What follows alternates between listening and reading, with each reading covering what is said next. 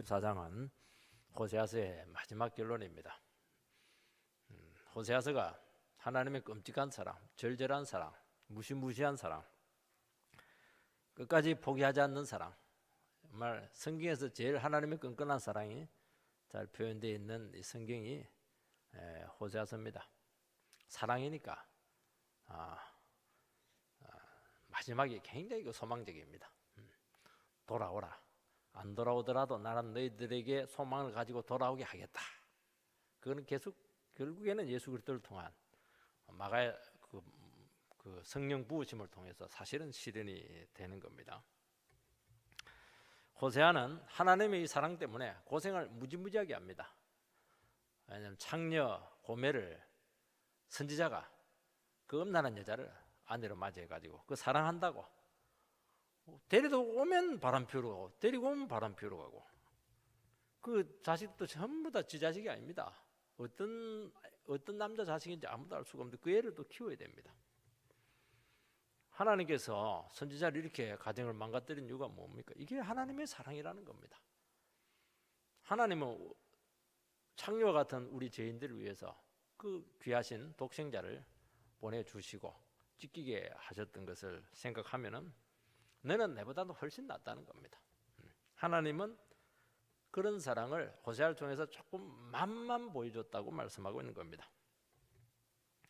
하나님은 자기 백성들을 사랑할 때 무조건 껴안고 인간적으로 사랑하지 않습니다. 우리는 다 나름대로 우리 자신들의 인생의 행복을 찾아서 달려가는 막 창녀와 같습니다. 이 남자한테 가서 추파를 던지고 저 인간한테 가가지고 막 그냥 아부를 하고 그게 우리 죄인들의 모습이라는 것입니다. 하나님은 어떻게 사랑하느냐? 완전히 망가진 그 인생을 찾아가가지고 끝까지 말씀을 합니다. 말씀으로 계속 갑니다. 계속 뭐 때릴 때도 말씀이고 뭐 시궁창에 빠져도 다시 말씀이고 왜냐하면 말씀으로 안 되면 인생은 안 되는 겁니다. 말씀을 듣고 스스로 깨우치고 하나님의 사랑으로 돌아오는 것 외에는 대책이 없습니다. 철장에 가둬놓는다고 되는 게 아닙니다. 근데 놀라운 사실은 이 하나님의 말씀이 고멜과 같은 우리 인생들을 바꾸어 놓습니다. 이 말씀이 능력이죠. 이 말씀이 능력입니다. 하나님은 호세아 이 말씀을 통해서 나는 이 싸움을 끝까지 포기하지 않겠다는 겁니다. 지금도 하고 있다는 것이죠. 너희들 나라가 망해도 안 돌아올 것이다. 그래도 나는 또 포기하지 않겠다. 언제까지? 영원히 너희들과 그 싸움을 해주겠다는 겁니다. 그래서 우리 신앙생활 할 때 뭐가 대충 형식적으로 지옥 안 갈 만큼 믿음 생활 하지 뭐 기본적인 신앙생활만 하고 세상에서는 그냥 내 만족을 취하면서 살아가야 되겠지. 그러면 하나님께서 끝까지 따라와서 말씀합니다. 그리 살면 안 된다고 그렇게 할 겁니다. 하나님의 행복 기준과 우리의 행복 기준이 많이 다릅니다. 우리는 인기가 있어야 되고 권력이 있어야 되고 명예가 있어야 되고 돈이 많아야 됩니다. 하나님께서 이런 것들을 부정하지 않지만은 하나님께서는 그것보다 훨씬 더 근본적으로 생각하는 것은 내를 닮아라는 겁니다. 나의 그 거룩함, 나의 정결함을 닮아야 된다는 겁니다. 그걸 원하시는 겁니다. 그것을. 그래서 하나님 말씀 없이 하나님과 동행하지 않고 사는 길은 이것은 하나님께서 허락하지 않는 이유가 뭐냐니 그렇게 살면 아무리 세상에서 화려하게 살아도 결말이 사망입니다. 멸망입니다. 멸망. 그걸 뻔히 알고 있는데 하나님께서 그걸 어떻게 사랑한다고 하면서 어떻게 그것을 가만히 용납하겠느냐는 겁니다. 주 패서라도 생명의 길로 옮겨야 되지 않겠습니까? 그래서 하나님께서는 징계하시고 오래 참으시고 심지어 망하게 해서라도 반드시 하나님의 말씀으로 돌아오게 하신다는 겁니다. 오늘 이 본문 말씀은 끝까지 자기 일로 나아간 이스라엘 백성들에게 하나님께서 마지막 소망 선언을 그들에게 하고 있습니다. 너희들은 배교로 완전히 망했지만은 나는 너희들에 대해서 소망을 아직도 포기하지 않았다. 너희들은 나라가 망하고 인생이 다 망가뜨려졌을지 모르겠지만은 그런다고 해서 너희들이 호락호락하게 돌아올 인간은 아니지만은 나는 아직 끝까지 너희들 죽고 나서도 너희들을 포기하지 않겠다. 그렇게 말씀하고 있는 겁니다. 하나님은 우리는 무조건 일단 잘 되기를 원하고 정말 잘 되고 싶은데 하나님 우리 자기 자식 잘 되는 거 누가 싫어하겠습니까? 아니 부모 중에 자기 자식 잘 되는 거 싫어하는 사람 누가 있습니까? 그러나 내 없이 잘 되는 거는 망하는 겁니다. 반드시 부패해서 망하게 돼 있습니다. 그래서 반드시 십자가를 통과한 그 영광을 주겠다, 그렇게 말씀을 하시는 것입니다. 첫 번째는 여호와께로 돌아와야 된다는 겁니다. 1절 말씀을 보면 이스라엘아 내 하나님 여호와께로 돌아오라. 내가 불의함으로 말미암아 엎드러졌느니라. 이스라엘에 대한 결정적인 선언입니다. 내가 불의함으로 말미암아 엎어졌다는 겁니다. 불의함으로 망했습니다. 망했으면 끝내야 됩니다. 망했으면 끝내야 됩니다. 그런데 망했다고 해놓고는 돌아오라는 겁니다. 이게 하나님입니다. 망했으면 이제 결론을 내야 되지 않겠습니까? 그런데 또 돌아오라는 겁니다. 호세아서 13장 16절 말씀을 보면 사마리아가 그들의 하나님을 배반하였으므로, 구약을 읽을 때 사마리아 또 이스라엘 이 두 가지 명칭을 씁니다. 원래 이스라엘이 국호고 사마리아는 이스라엘의 그 수도이면서도 국호입니다. 근데 사마리아는 부정적인 의미로 많이 쓰입니다. 좀 죄짓고 이런 것들. 이스라엘은 이제 정식 명칭이죠. 1절에는 13장 16절에는 사마리아 너희들이 배교했다, 부정적인 의미로 쓰이지 않습니까? 근데 1절에 와가지고는 명칭이 이스라엘로 바뀝니다. 굉장히 긍정적인 그런 의미입니다. 너희들 그동안 참 배교 많이 했고 내 배신 많이 했고 세상 우상으로 달려가는 것을 내가 가만두지 않았다. 그래서 내 백성을 막 채찍으로 징계를 하고 험악한 말로 그냥 몽둥이 찜질로 너희들을 다스려서 정신을 못 차리게 한 사람, 한 존재가 하나님이라는 겁니다. 그리고 나서는 1절에 이스라엘아, 막 엄마들 책망할 때 어떻게 합니까? 막 애들 퍼붓습니다. 그래서 내 아들아 이렇게 하면 막 간이 싹 녹아버립니다. 눈물 쫙 나옵니다. 막 바락바락 떨어서 내 아들아 그럼 팍 안아주는 거죠. 막 내가 때리는 것은 너를 미워해서 때리는 게 아니야. 정말 이제 돌아올 때가 되지 않았냐. 마음 바꿔라. 이제 그 말씀을 지금 하고 있는 겁니다. 이스라엘아 하는 것은 인격적인 호칭으로 지금 말씀하는 것이고 이제 돌아오라는 겁니다. 오만했으면 됐다는 겁니다. 이제 형벌의 시간이 지났기 때문입니다. 하나님께서는 그들에게 다시 한번 마지막 이 자비의 손길을 무한히 펼쳐 보이고 계시는 것입니다. 여러분, 징계받는 백성들에게 돌아오라 이 권면처럼 반가운 소식이 어디에 있습니까?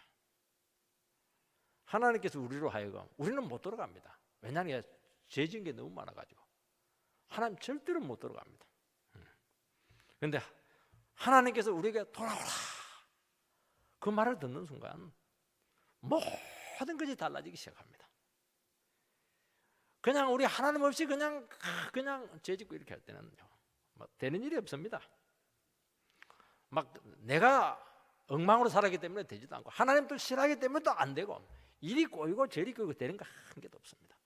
된 것 같은데 나중에 보면 아무것도 남는 게 없습니다. 그냥 탕자입니다. 탕자. 하나님께서 자기 백성들을 방치하는 겁니다. 기도해도 응답이 없습니다. 말씀을 보아도 깨닫지를 못하고 예배 자리에 와도 무슨 말인지 하나도 안 들립니다. 왜냐하면 생각이 혼란스럽기 때문에 딴 생각으로 꽉 차있기 때문에 그렇게 하는 겁니다. 무엇을 해도 기쁨이 없습니다. 그냥 마지못해서 사는 겁니다. 그런데 하나님께서 어느 순간 말씀으로 이제 됐다. 사마리아야, 무식이야, 이제 돌아오라. 그렇게 말씀하시면 사의 가슴이 팍 풀리기 시작하고 눈물이 쫙 나기 시작합니다. 막혔던 게 막 뚫리기 시작합니다. 상황은 똑같아요. 그런데 뭔가 위대한 지금 변화가 일어나고 있는 겁니다. 상황은 똑같은데 내부적으로 들어가면 상황이 긍정적으로 바뀌기 시작합니다.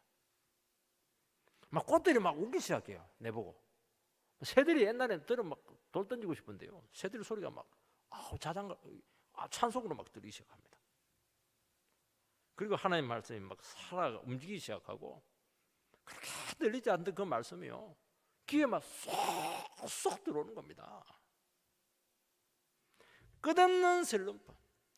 내 인생에 언제 이 긴 터널에서 빠져나갈까 막 끝없이 터널을 헤매고 있었는데 뭔가 빠져나오고 있다는 것이 느껴지는 겁니다. 그래서 하나님께 회개하고 돌아오는 것은 우리 힘으로 안 되고 하나님께서 불러줘야 됩니다. 이스라엘아, 누구야 이제 돌아와라. 너 불의함으로 얼마나 많이 넘어졌냐, 이제 돌아와라. 그렇게 말씀하고 있는 겁니다. 여러분, 하나님께로 돌아가는 것이 인간에게는 생각에 따라서는 굉장히 쉬운데 또 반대로 생각하면 제일 어려운 겁니다. 이게 마음먹기에 따라서, 은혜 받기에 따라서 이게 뭐 달라지는 겁니다. 어떤 사람은 보면 너무 쉬운데 어떤 사람은 너무 어려운 겁니다. 이게 여러분, 죄는 이 관성의 법칙이 있어서 한번 이렇게 달려가면 돌이키는데 몇 배의 힘이 됩니다. 중력 때문에 로켓을 이렇게 쏘아 올려도 이게 지구 밖으로 쏘아 올리는 게 얼마나 어렵습니까? 제 중력을 끊으려고 하면 어떻게 됩니까? 모든 에너지를 다 끌어모아야 됩니다. 하나님께로부터 은혜를 받아야 됩니다. 그리고 인생 전체를 그려야 됩니다. 하나님께로 돌아오는 게 어려운 게 뭐냐니까 조금이라도 미련이 있으면 안 됩니다. 다 끊어버리고 오로지 하나님께 힘을 다 모아야 됩니다. 그러면 돌아옵니다. 조금이라도 다른 걸 미련을 가지고 있으면 못 돌아옵니다. 뚫어내지를 못해요. 죄가 얼마나 강력하냐, 절대로 뚫어내지를 못합니다. 여러분, 돈의 매력이 얼마나 달콤합니까? 권력의 유혹은 막 마술입니다. 막 죽였다 살렸다 쥐락펴락 이래서 왔는데 와, 이거 너무 그냥 마력이죠. 인기와 명예의 유혹은 막 한번 맛보면 막 빠져나오지를 못합니다. 끊을 수가 없는 겁니다. 이것의 행복을 줄 것 같지만은 그게 다 미끼가 되어가지고 결국 권력의 노예가 되고 명예의 노예가 되어서 끝이 비참하게 끝나는 겁니다. 못 빠져나옵니다. 절대로 못 빠져나옵니다. 제가 얼마나 생고물처럼 강한데, 우리가 얼마나 죄를 좋아하는데 그냥 그 맛을 즐기면서 꿀맛을 보면서 빠져나온다? 불가능합니다. 안 되는 겁니다. 목회가 얼마나 영광스러운 직분입니까? 목회자는 늘 하나님을 상대해야 됩니다. 스트레스가 많습니다. 늘 말씀을 상대해야 됩니다. 늘 기도해야 됩니다. 그게 얼마나 영광스럽습니까? 그런데 이게 만족이 안 되는 겁니다. 결국에는 이 사람 저 사람 만나고 정치하고 돈과 명예 권력을 줬다가 막 제일 비참하게 됩니다. 하나님의 종이 타락하면 제일 비참하고 안 되는 겁니다. 여러분, 우리의 게으름과 악한 습관들 이 고치는 게 얼마나 어렵습니까? 담배 끊는 거 하나 이것만 해도요, 이거 정말 3차 대전을 해야 됩니다. 목숨 걸고 매달리지 않으면 절대로 안 끊어집니다. 아무리 끊어도 안 돼요. 일주일 그냥 끊으면 못타가지고 월요일 날 그냥 다 피워버립니다. TV 리모컨 끄고 성경 읽는 거 이거 영원히 해결하지 못하고 가시는 분이 많이 있습니다. 여러분, 이 작은 것 하나만 해도요 쉬운 게 하나도 없습니다. 우리 삶을 조금 바꾸는 이게 얼마나 어려운지 모르는 겁니다. 그것만 조금 바꾸면 하나님 함께 할 텐데, 그것만 조금 바꾸면 하나님 막 안아주고 복을 주고 이렇게 할 텐데, 그게 안 되네요. 그게 안 되는 거예요. 그게 신앙은 자기를 쳐서 복종시키는 겁니다. 그것을 위해서 날마다 은혜를 구해야 됩니다. 어떻게 해야 됩니까? 자기도 100% 죽을 만큼 용을 써야 됩니다. 힘을 다해야 되지만 그것만으로 안 됩니다. 기도로 매달리고 말씀으로 자기 자신을 설득해서 은혜가 지속적으로 임해야 되는 겁니다. 그래서 절대로 이게 쉽지 않은 게 뭐냐니까, 이게 한두 번으로 끝나지를 않습니다. 그래서 여러분들이 신앙생활을 했으면 하나님께로 제대로 돌아가려면 어떻게 해야 되느냐, 한두 번 은혜 받아가지고 안 됩니다. 한두 번 은혜 받아가 될 것 같으면 누가 못합니까? 1년 은혜 받고도 한 번 만에 그냥 술집에 한번 가보면 싹 다 쏟아내는 겁니다. 그래서 우리는 어떻게 해야 되느냐? 믿음 생활을 하기로 작정을 했으면 죽었다 생각해야 됩니다. 죽었다 딱 생각하고 세상하고는 난 담 쌌다 생각하고 뒤도 돌아보지 말고 앞만 향해서 달려가라고. 바울 사도가 뭐라고 해요? 나는 뒤도 안 돌아보고 푯대를 향해서 앞만 보고 간다는 겁니다. 바울 사도가 어떻게 그 사람 특별한 사람에서 그렇게 하면 똑같은 겁니다. 우리랑 아는 겁니다. 뒤돌아보면 쫙 밀리는 겁니다. 앞만 보고 막 가는 겁니다. 뒤에 과거의 상처들, 미련들, 온갖 외상감 못 받은 것들 생각하면 안 되는 겁니다. 앞만 보고 주님께서 원하는 것만 보고 그냥 뒤에 걸 맡겨버리고 막 그냥 달려가는 겁니다. 그러면 멸류관을 받습니다. 여러분, 좋은 일이면 가겠지만은 믿음으로 사는데도 안 좋은 일이 얼마나 많이 생깁니까? 그럴 때마다 막 후회하고 말이죠. 아무 은혜 받아 부부싸움만 해버리면 막 그냥 교회 안 나갈 보다 막 그렇게 이렇게 하고 엉뚱한 생각이 자꾸 들고 이렇게 하는데 이게 한두 번 갖고 되겠냐는 겁니다. 안 되는 겁니다. 평생을 하는 겁니다. 평생을. 어떻게 해야 됩니까? 그래서 예수 믿는 사람들은요, 지주가 있어야 됩니다. 어떤 지주가 있어야 됩니까? 내가 한번 선택했으면 끝까지 간다. 내가 결혼하기로 했으면 저놈의 인간이 어떻게 나오더라도 나는 끝까지 결혼 간다. 이렇게 해야 됩니다. 그러면 쭉 지켜낼 가능성이 많고 막 마지막에 영광이 옵니다. 근데 그렇게 하지 않고 왔다 갔다 이래버리면 나중에 보면요, 흔적도 없어지는 거 알 수가 있습니다. 그래서 우리 예수 믿는 사람들은 어떤 사람들이냐, 우리가 십자가에 못 박혔다는 게 그게 위대한 겁니다. 이게 가능해요. 어차피 우리는 십자가에 못 박고 내 인생은 없다. 나는 예수 함께 죽었다. 그러면 이제 가능합니다. 죽은 인생이니까 이거 갖고 어떻게 해야 됩니까? 죽으라고 주님 섬기는 겁니다. 그래서 예수 믿는 사람들의 신실한 사람 특징이 뭐냐면 한 번 했다 하면 끝장을 보는 겁니다. 무슨 일이 있어도 삼수갑산이 있더라도 지조를 지키면서 가는 사람이에요. 내 저 사람과 함께 동력해야 되겠다. 무슨 일이 있어도 가는 겁니다. 저 사람이 배신하고 나를 버리지 않는 이상 나는 안 버린다. 이게 믿음이죠. 이게 하나님께로 돌아가는 겁니다. 이게 조금만 기분이 안 좋아도 말이죠. 그냥 기초가 막 이리 흔들리고 저리 흔들리니까 이게 하나님도 정말 믿을 수가 없습니다. 순교 각오하고 하나님과 약속을 지키는 겁니다. 아니 이렇게 믿음 생활을 해야 되지 않겠습니까? 이게 돌아가는 것이지 않습니까? 이게 안 되는 겁니다. 내가 불의함으로 인하여 엎드려졌느니라. 엎드려졌다는 것은 비틀비틀 거리면서 지쳐서 넘어졌다는 겁니다. 여러분, 하나님께 목숨 걸고 믿음 생활을 하지 않으면 비틀비틀 하다가 쓰러집니다. 시간 문제입니다.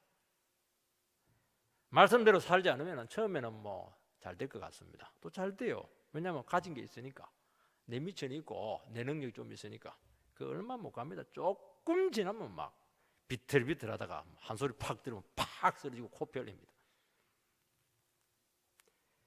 그날 크게 은혜 받고 저녁에 가가지고 그냥 팍 쓰러져 있습니다.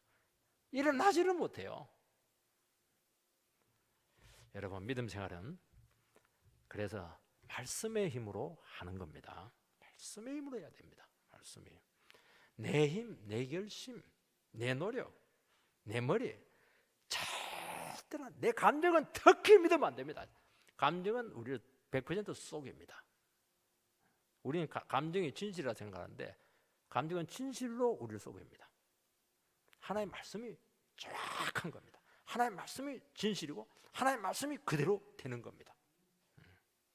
그래서 우리 주위에만 무슨 일이 있더라도 하나님의 말씀 팍 붙잡고 쭉 가면 싹 수습이 됩니다. 그리고 하나님께서 인도하는 길로 그대로 가는 겁니다. 그 인생을 허비하지 않는 겁니다.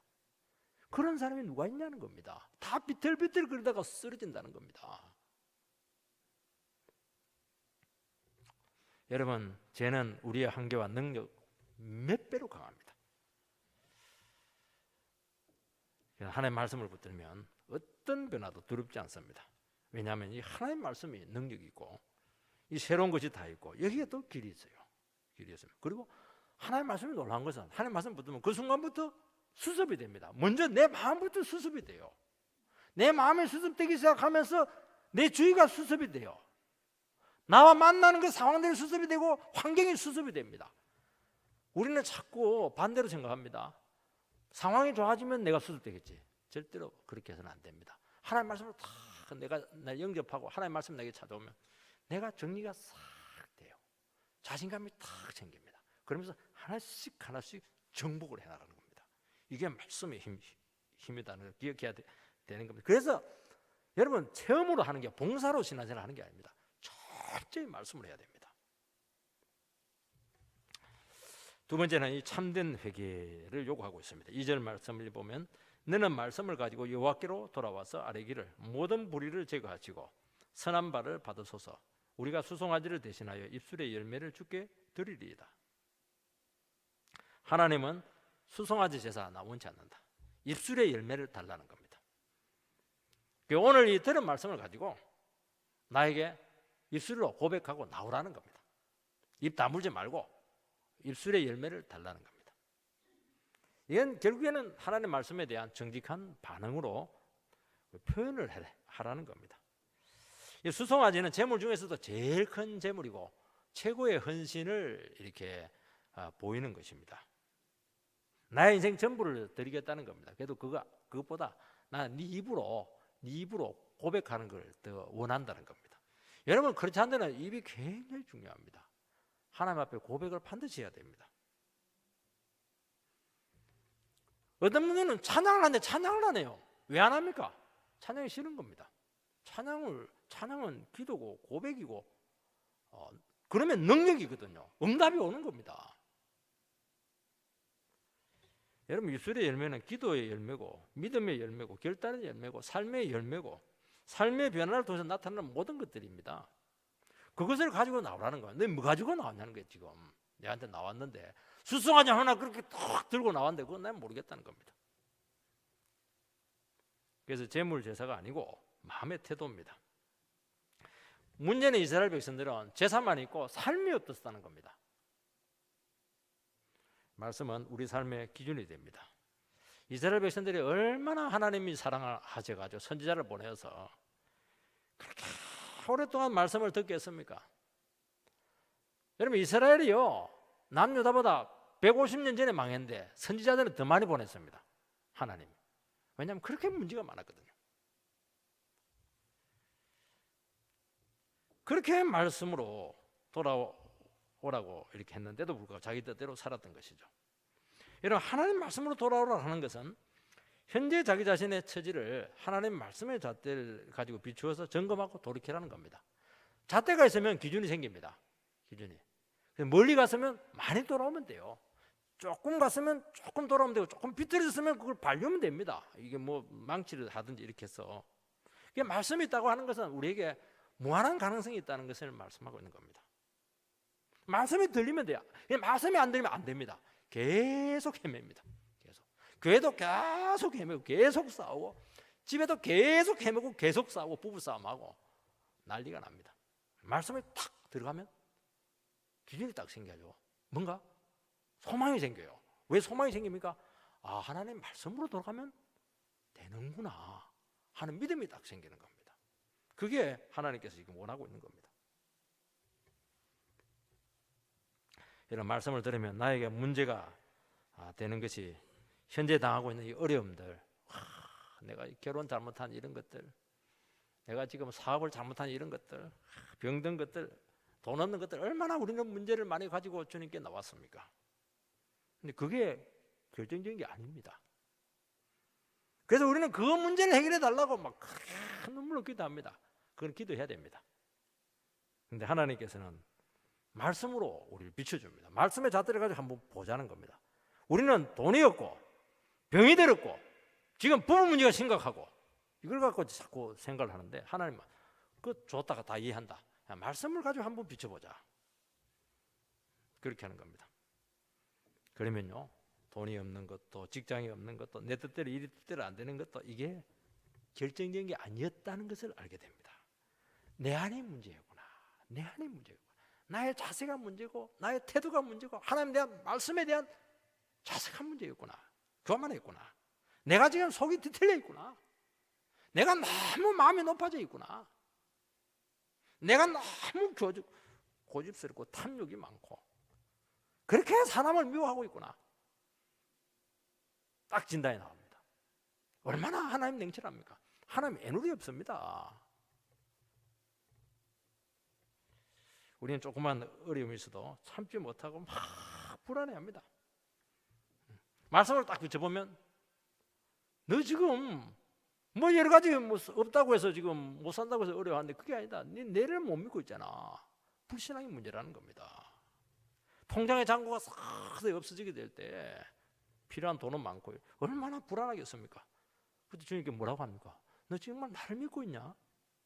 네가 사는 게 하나님 능력으로 먹고 산다는 거 믿고 있나? 그거 지금 우리에게 질문한다니까요. 근본적인 것을 질문한다는 겁니다. 이게 문제거든요. 돈이 없는 게 문제가 아닙니다. 하나님이 전부 다 하나님 건데 하나님 자기 자식들 굶겨 죽였겠습니까? 굶겨 죽이면 순교하고 좋은 겁니다. 상 많이 받습니다. 왜 그 믿음이 없냐는 겁니다.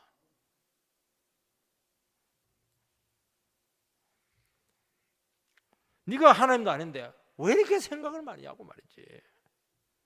너무 생각이 왜 이렇게 복잡하냐는 겁니다. 왜 이렇게 고려하는 게 많냐는 겁니다. 네 내보다 머리가 좋냐는 겁니다. 지금 그거 하는 겁니다.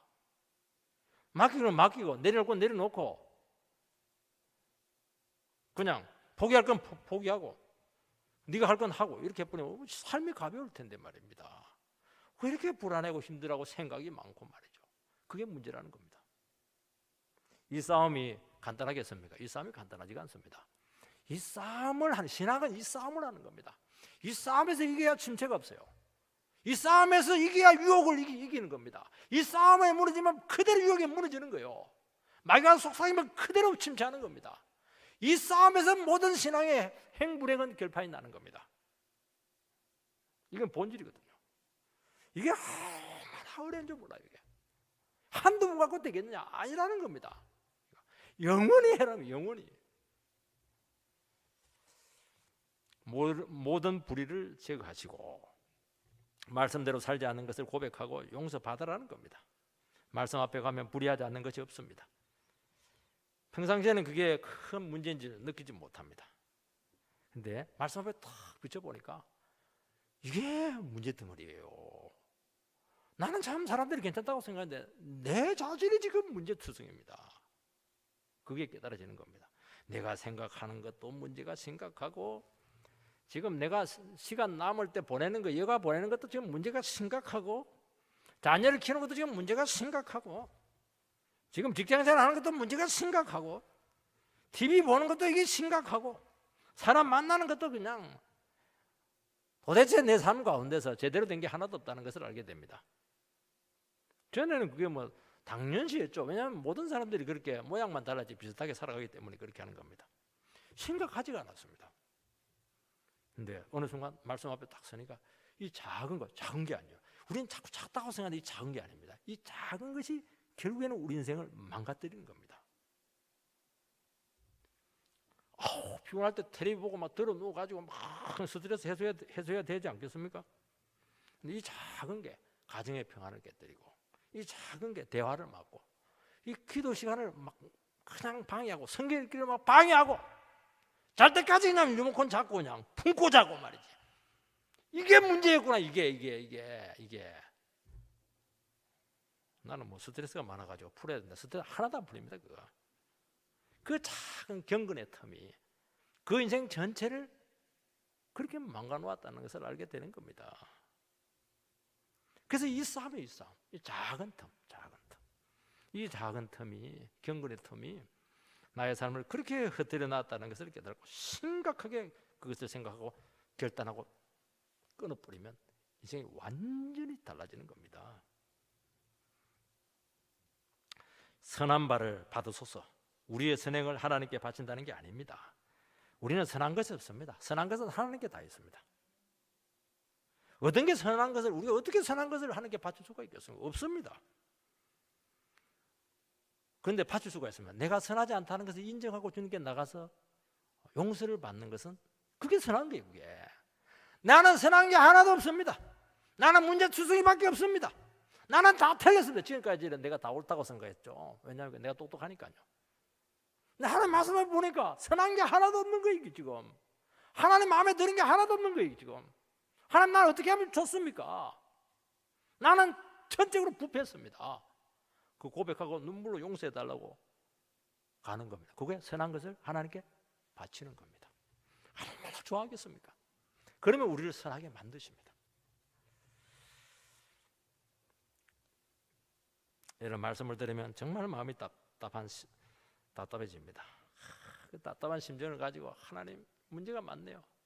이 문제를 어떻게 하면 좋겠습니까? 하나님께 나가서 회개합니다. 말씀과 기도와 성령이 아니고서는 나는 아무것도 할 수 없습니다. 그 진정성인 고백이 우리 뼛속에서부터 우리 중심에서 절절히 고백이 될 때 하나님은 그 믿음을 받으십니다. 그게 예배입니다. 그게 선한 것을 주님께 바치는 겁니다. 한두 가지 뭐 좋은 일 하는 게 아닙니다. 그것은 우리가 수송아지를 대신하여 입술의 열매를 주께 드리리이다. 여러분, 수송아지보다 비교할 수 없을 정도로 좋은 제물이 입술의 고백이라고 말씀하고 있습니다. 입술의 열매인데요, 과거 성경에는 입술로 되어 있습니다. 입술의 고백입니다. 입술의 고백. 여러분, 말로 자기 자신의 허물을 고백하고 주님을 의지하고 나가는 것이 참 중요합니다. 이 말을 잘해야 됩니다. 말을. 하나님 앞에 나아가면 어떤 분들은요, 헌금도 바치기도 하고 봉사도 하기도 하고 다 바치는데 말을 못해요. 말을 해야 되는데 예수님께 나왔을 때 어떻게 합니까? 너 뭘 원하냐? 말을 해야 보기를 원합니다. 딱 보여줍니다. 병에서 일어나기를 원합니다. 딱 일어납니다. 너 뭘 해주기를 원하냐? 가만히 있습니다. 그러면 아무것도 못 얻습니다. 말을 잘해야 돼요. 말을. 예수 믿는 사람들은. 근데 문제는 하나님께 나가니까 말 말이 없는 거예요 이게. 왜냐하면 평소에 하나님하고 대화를 하나도 안 했거든요. 기도를 하려고 하는데 할 게 없습니다. 물론 뭐 너무 잘 살아가지고 빈틈이 없었으면 뭐 상관이 없습니다. 근데 문제는 뭐냐니까 내 문제를 모르는 거예요. 내가 진짜 문제가 뭔가 하는 것을 전혀 모르고 있기 때문에 제가 문제가 뭔가 나의 그 경건의 틈이 생기긴 뭔가 하는 것을 전혀 모르고 있기 때문에 아무 할 말이 없는 겁니다. 여러분요, 살아있는 성도들은 그렇지가 않아요. 모든 게 고백거리입니다. 모든 게 간증이에요. 이것도 문제가 모든 것을 다 노출시킵니다. 노출시키면 다 치료됩니다. 응답받습니다. 그 예수 믿는 사람들은요, 하나님 앞에 가면 할 말이 그렇게 많아요. 우리 여성들은 그냥 커피 마시면서 온갖 얘기 다 하는데요, 그렇게 하나님 앞에 나가서 온갖 얘기 다 하시기 바랍니다. 하나님 앞에 나가서 백날 얘기해도 하나님 지기하지 않습니다. 여러분, 입술로 고백한다는 것은 생각과 마음을 명료하게 표현하는 겁니다. 여러분, 입술로 고백되지 않으면 내 문제가 숨겨져 있는 겁니다. 드러나지 않는 거예요. 그러니까 치료가 안 되는 겁니다. 입술로 고백이 되면 반드시 치료됩니다. 고백은 안 되고 입 안에서 자꾸 맴돌아요. 머릿속에서만 왔다 갔다 합니다. 그거는 안 됩니다. 이야기를 해야 됩니다. 그거는 뭐가 뭔지 모른다는 겁니다. 아직. 그래서 입으로 해명을 하고 표현을 하시기 바랍니다. 드러난 것마다 다 하나님께서 회복시켜 줄 줄 믿습니다. 저도 참 경상도 출신이라서 그런지요, 우리 아버지가 그렇게 무섭고 우리 형님들이 막 저보다 14살, 15살 많으니까 무서워서 막 말을 못했습니다. 막 무조건 기죽어 가지고 살고 이렇게 했는데 이 표현하는 법을 배우지를 못했습니다. 이게 이제 신앙생활한테 굉장히 불리하다는 것을 알게 되었습니다. 그래서 저는 제일 신기한 사람이 뭐냐니까 암만 들어가가지고 자기 회사를 막 팍팍 표현하는 사람들이 있어요. 야, 하나님 저 반만 제가 따라가게 해달라고 해도 반은 그냥 반의 반도 못해요. 그게 얼마나 나의 영혼을 위축시켰는지 모릅니다. 많이 배웠는데. 어떤 사람들은 말하라고 하면 모범 답안만 다 얘기합니다. 이 성경 공부의 뜻이 뭡니까? 굉장히 3일째부터 굉장히 얘기를 잘합니다. 속내를 하나도 안 보이는 거예요. 이게 답답해 미칩니다. 성경 말하는데 막 그냥 구름이 막 내리지는 것 같아요. 하나님 얼마나 답답하겠습니까? 내가 3일째를 몰라가지고 너한테 지금 왔냐는 겁니다. 지금 네 속을 좀 보이라. 어린애처럼 좀 한번 네 속에 있는 거 한번 다 그 더러운 것들 한번 그냥 시궁창 거 다 한번 펼쳐 보라는 겁니다. 그거 되기 전까지는 치료가 안 됩니다. 아이들은 어떻게 치료가 됩니까? 엄마한테 그거 가지고 온갖 응석 다 부리고요, 온갖 말 다 하고 말이죠. 온갖 추잡한 모습 다 보입니다. 그런 게 애들이 잘 자라지 않습니까? 우리 교회는 이런 교회가 돼야 됩니다. 우리 성도들의 교제는 이런 교제는 뭘 이야기해도 허물이 안 되고 다 덮어주게 되고, 그 자연스러운 가운데서 우리의 모든 것을 이야기해 줄 수 있을 때 그게 성령님께서 역사를 하고 그게 치료가 나타나고 거기서 부흥이 나타나는 겁니다. 사람이 막 끌어모은다고 해서 되는 게 아닙니다. 이게 마지막으로는 구체적인 회개하고 돌아오라는 겁니다. 3절 말씀을 보면 우리가 아수르의 구원을 의지하지 아니하며 말을 타지 아니하며 다시는 우리의 손으로 만든 것을 향하여 너희는 우리의 신이라 하지 아니하오리니 이는 고아가 주로 말미암아 긍휼을 얻었음이니이다 할지니라. 주님께서는 구체적으로 회개하고 버려야 될 것을 3가지로 지금 말씀하고 있습니다. 첫 번째는 아수르를 의지하지 말라는 겁니다. 이스라엘은 스스로 지킬 수 없는 나라입니다. 왜냐하면 주위에 강대국들이 너무 힘이 있어요. 그러니까 자꾸 강대국들을 의지하게 되는데 그 의지하지 말라는 겁니다. 우리나라는 지금 벌써 분단된 지 한 70년이 다 돼가고 있습니다.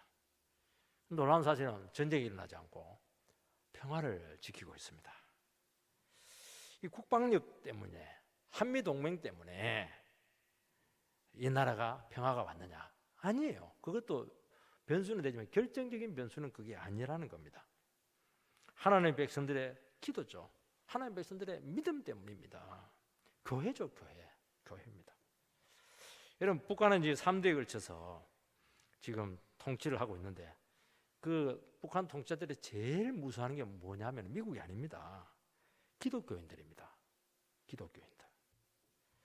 북한이 종교의 자유를 세계에 선전하려고 봉수교회 같은 거 평양에 형식적으로 이렇게 만들어 놨어요.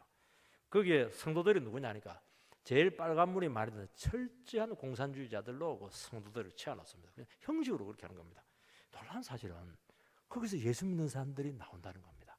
여기서 막 통치자가 막 깜짝 놀라는 겁니다. 지금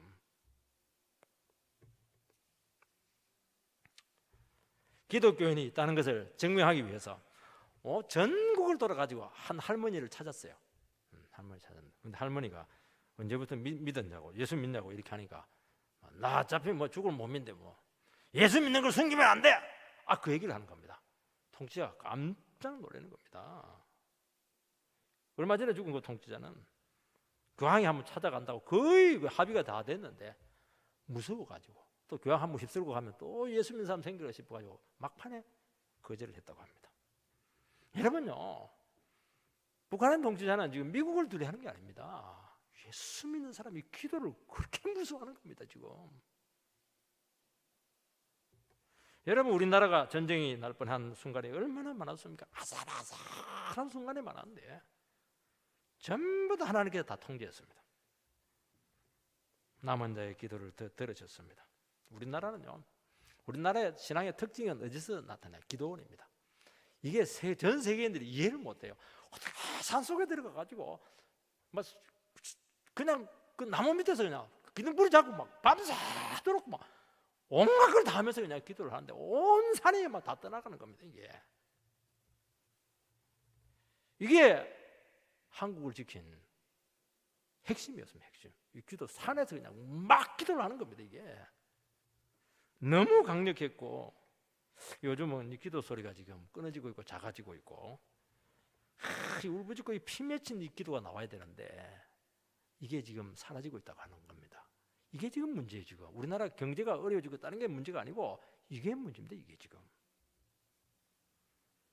하나님의 긍휼과 도우심 없이는 하루도 견디지 못하는 백성이 대한민국인 겁니다. 하나님은 대한민국을 그렇게 해가지고 그렇게 하니까 기도했죠.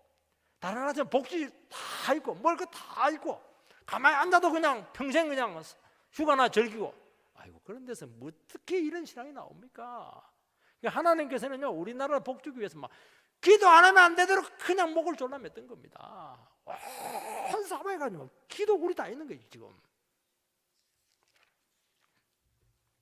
두 번째는 말을 타지 말라는 겁니다. 말은 좋은 차나 수입차 타지 말라는 게 아닙니다. 군사력과 경제력을 의지하지 말라는 겁니다. 여러분, 경제력은 필요해요. 군사력은 정말 필요합니다. 그러나 의지는 하지 말라는 겁니다. 하나님은 말의 힘줄을 자르겠습니다. 왜냐하면 말이 있으면 기도를 안 하거든요. 왕이 기도를 안 합니다. 오늘은 돈이나 학벌이나 능력이 있어야 됩니다. 그거 여러분 부정하면 안 됩니다. 귀한 겁니다. 그거 믿지 말라는 겁니다. 한국은 경제 번영이로 잘 사는 길을 찾았습니다. 얼마나 열심히 일했습니까? 보릿고개 지나고 70대 새마을호도 기하급수적인 그런 한강의 기적을 이루고, 군사적으로도 얼마나 우리가 준비가 많이 되었습니까? 그걸 믿었어요. 그거 잘 살게 되었고 강해지게 되면서 도덕적으로 영적으로 굉장히 나태해지게 되었고 타락을 하게 되었습니다. 그게 문제라는 겁니다. 그걸 그러면 하루아침에 무너지는 겁니다. 지금 무너진 재단을 다시 한 번 더 우리는 세워야 될 그런 아주 다시 한 번 제2의 지금 부흥기를 다시 한 번 더 꿈꿔야 되는 겁니다. 그래야 우리나라가 다시 한 번 더 일어설 수가 있는 겁니다. 여러분, 우리나라는 대기업이 참 많아요. 여러분, 대기업이 있다는 건 대단한 겁니다. 삼성, 이거 굉장한 겁니다. 이거 흑자를 막 내고 있어요. 어떻게 합니까? 노사가 그냥 막 극한 투쟁을 하는데 왜 싸웁니까? 밥그릇 싸움입니다. 월급을 엄청 많이 받는데도 부족하다는 겁니다. 여러분, 겨우 입에 풀칠할 때는요, 밤낮없이 일하면서도 불평 한마디 안 했어요. 잘 살게 되니까 서로 지분을 두고 경영자하고 노동자하고 막 그냥 머리 터지도록 지금 싸우고 있습니다. 교회가 얼마나 커졌습니까? 얼마나 부자가 되었습니까? 그러니까 시끄러워지는 겁니다. 천막 있을 때는 막 뭐가 있어요? 먹을 것도 없는데 막 그냥 기도나고 이렇게 했죠. 근데 막 지금 막 너무 많아지니까 막 싸우고 있는 겁니다. 여러분, 이게 잘 기억을 해야 된다는 것을 생각해야 됩니다. 우리가 어떻게 말의 힘줄을 꺼내야 됩니다. 우리의 말의 힘줄은 무엇이냐는 겁니다. 이게 다 없어져야 돼요. 그래서 기도 안 하면 안 되도록 딱 우리의 삶을 만들어 놔야 됩니다. 하루도 기도하지 않으면 그냥 이게 막 견디지 못하는 거예요. 정신병 걸릴 정도로 그렇게 만들어 놓으면 하나님 너무 좋아하시고 끝까지 지키시고 그를 통해서 하나님께서 하시고 하시는 모든 일들을 한다는 것을 말씀하고 있는 겁니다. 그런 믿음을 가지시기 바랍니다. 마지막으로는 이 우상을 만들면 안 됩니다. 이 강력한 표현을 좀 쓰고 있어요. 우상에 대해서는 우리 손으로 만든 것을 향하여 너희는 우리 신이라 하지 아니하오리니. 왜냐하면 우상을 통해서 작용하는 영적 배후의 세력이 너무 강력하기 때문입니다. 여러분, 우상과 제사 뒤에는 반드시 마귀가 있습니다. 왜 제사를 못 드리게 합니까? 제사를 통해서 영적으로 온갖 안 좋은 영향을 다 주기 때문입니다. 막 온갖 헛소리가 다 나와요. 근데 그것을 목숨 걸고 지킵니다. 조상신을 노엽게 하면은 집안이 망한다더라. 검정땡이 이거 전부 헛소리입니다. 그거 무슨 놈의 그 죽었으면은 예수 안 믿고 죽어서 지옥 가는 것이고 예수 믿고 죽었으면은 천국 가는 것이지. 무슨 그 결판이 나는데 무슨 전부 다 그것도 잘못된 겁니다. 근데 거기에 사로잡혀 가지고 전 집안이 꼼짝을 못, 제사이라면 꼼짝을 못합니다. 그 절 안 했다 이거는 뭐 파문감입니다. 무슨 영적인 세력이 지금 도사리고 있는 겁니다. 집안에 종교가 두 개 있으면 막 어찌 된다더라고 말이죠. 저주를 막 퍼붓고 이렇게 하는 겁니다. 우상 섬기면 우리의 인생이 어디로 끌려갈지 아무도 모릅니다. 영혼 전체를 빼앗길 것입니다. 우상은 속입니다. 행복을 줄 것처럼 복을 줄 것처럼 하는데 그렇지가 않아요. 우리 속에 있는 재성을 잘 드러내서 표현을 해주고 억눌린 영혼들에게 막 그냥 우상에게 빨려들게 만드는 겁니다. 결과는 허탈감입니다. 그리고 계속 시험거리를 만들어내는 겁니다. 집안에 재산 문제가 걸려 있으면요 계속 그것 때문에 싸워요. 집안에서 주님도 마귀에게 3가지 시험 받지 않았습니까? 돌로 떡을 만들라. 하나님 의지하지 말고 너 스스로의 힘으로 살아가라는 겁니다. 성전에서 뛰어내리라. 인기와 명예를 위해서 목숨을 걸라는 겁니다. 나에게 절하면 천하 만민을 주겠다. 출세나 1인자가 된다면 영혼을 팔 사람도 있다는 겁니다. 이게 우리들 그대로 있는 거예요. 지금 외국의 팝 음악들 보고 이렇게 하면 막 인기를 위해서 막 얼마나 더러운 노래를 부르고 있는지 모르는 겁니다. 그 예술이라는 거죠. 이게 여러분, 우리가 우상에 넘어지지 않기 위해서는 철저히 말씀으로 세워져야 될 줄 믿습니다. 오늘 사람들은 뭐가 된다고 하면 막 정신없이 쫓아가는 것을 알 수가 있습니다. 천사들이 밤새도록 줄을 서서 기다리고 막 당증금 하나 받으려고 막 그렇게 그냥 몰려다니고 있습니다. 이제는 그렇게 하지 마시고 하나님께만 돌아가시기 바랍니다. 이는 고아가 주로 말미암아 긍휼을 얻었음이니이다. 여러분, 고아는 의지할 대상이 없어요. 하나님 밖에는 의지할 대상이 없습니다. 하나님은 고아와 과부들의 아버지가 되십니다. 고아와 과부를 괴롭히는 것은 다른 사람 괴롭히는 것과 다릅니다. 하나님을 직접 괴롭히는 겁니다. 하나님이 직접 상대합니다. 우리는 원래 고아와 같습니다. 이스라엘은 고아입니다. 하나님밖에 의지할 게 없는 거예요. 이게 회개입니다. 나는 고아입니다. 나는 하나님밖에 회개할 게 붙들 분이 없습니다. 이거 고백하라는 겁니다. 강대국도 말도 우상도 나를 지키지 못합니다. 그렇게 하라는 겁니다. 이 고백이 너무 놀랐다는 거죠. 여러분, 북한은 핵으로 지키지 못해요. 핵을 갖고 지키려 했던 나라는 다 망했습니다. 안 되는 겁니다. 여러분, 우리의 보호자요 부모는 하나님이 되신 줄 믿습니다. 하나님이 아버지가 되십니다. 여러분, 부모가 있으면 어떡합니까? 스스로 내 힘으로 살 필요 없습니다. 여러분, 고아는 울지 않습니다. 왜냐하면 울어도 받아줄 상대가 있어야 울지 않습니까? 먹을 거 있으면요 아무리 배가 부르도 양손을 꽉 쥐고 있습니다. 왜냐하면 아무도 안 챙겨주니까 내가 챙겨야 되는 겁니다. 아버지 품 안에 있는데, 엄마 품 안에 있는데 애가 막 개걸스럽게 막 입에도 물고 양손을 잡고 있으면 엄마 너무 서글프죠. 여러분, 인생의 위기는 아버지를 떠나면서 오는 것입니다.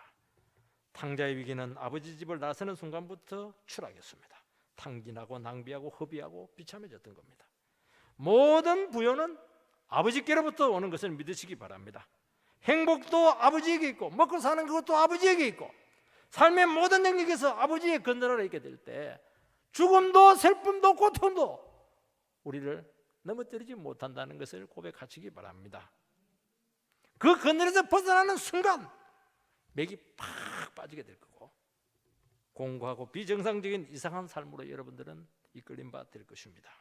살아계시고 그를 의지하는 영혼에게 반드시 상 주시는 그분을 붙드시고 다시 한번 일어서는 귀한 성도들 되시기를 주의 이름으로 축원드립니다.